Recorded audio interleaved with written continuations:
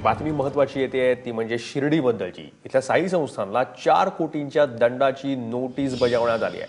साई मंदिर परिसरातली 27 गुंठे जमीन ही सरकारी असल्याची माहिती साई संस्थानला, त्यामुळे उत्तर देण्यासाठी आता 7 दिवसांचा अवधी आहे। 7 दिवसात साई संस्थानला खुलासा करावा लागेल। नितीन ओझा आपले प्रतिनिधी आपल्या सोबत आहेत। नितीन, ही काय जमीन आहे आणि इथं काय संस्थांचं बांधकाम आहे?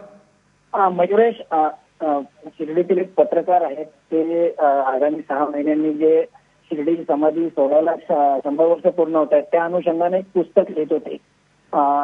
गॅझेटियर अनटोल्ड स्टोरीज नावाचं एक पुस्तक आहे। हे पुस्तक लिहित असताना शिर्डीतील वेगवेगळ्या माहिती त्यांना हवी होती। ती माहिती गोळा करत असताना शिर्डी संस्थांच्या ज्या ताब्यात ज्या काही लेंडीबाग आणि म्युझियम वगैरे आहे ह्या जमिनींची कोणाच्या नावावर आहे ही माहिती त्यांना संस्थांमधून मिळू शकली नाही। त्यावेळेस त्यांनी अखेर महसूल प्रशासनाकडे जाऊन ही माहिती मिळवण्याचा प्रयत्न केला आणि मयुरेश, यात धक्कादायक म्हणजे महसूल प्रशासनालाही ही गोष्ट माहीत नव्हती की साई संस्थांकडे जी जमीन आहे ती सध्या सरकारच्याच नावावर आहे। आता ही जमीन सरकारच्या नावावर असल्यामुळे साई संस्थानला या महसूल प्रशासनानं 4 कोटी रुपयांची नोटीस बजावली आहे मयुरेश।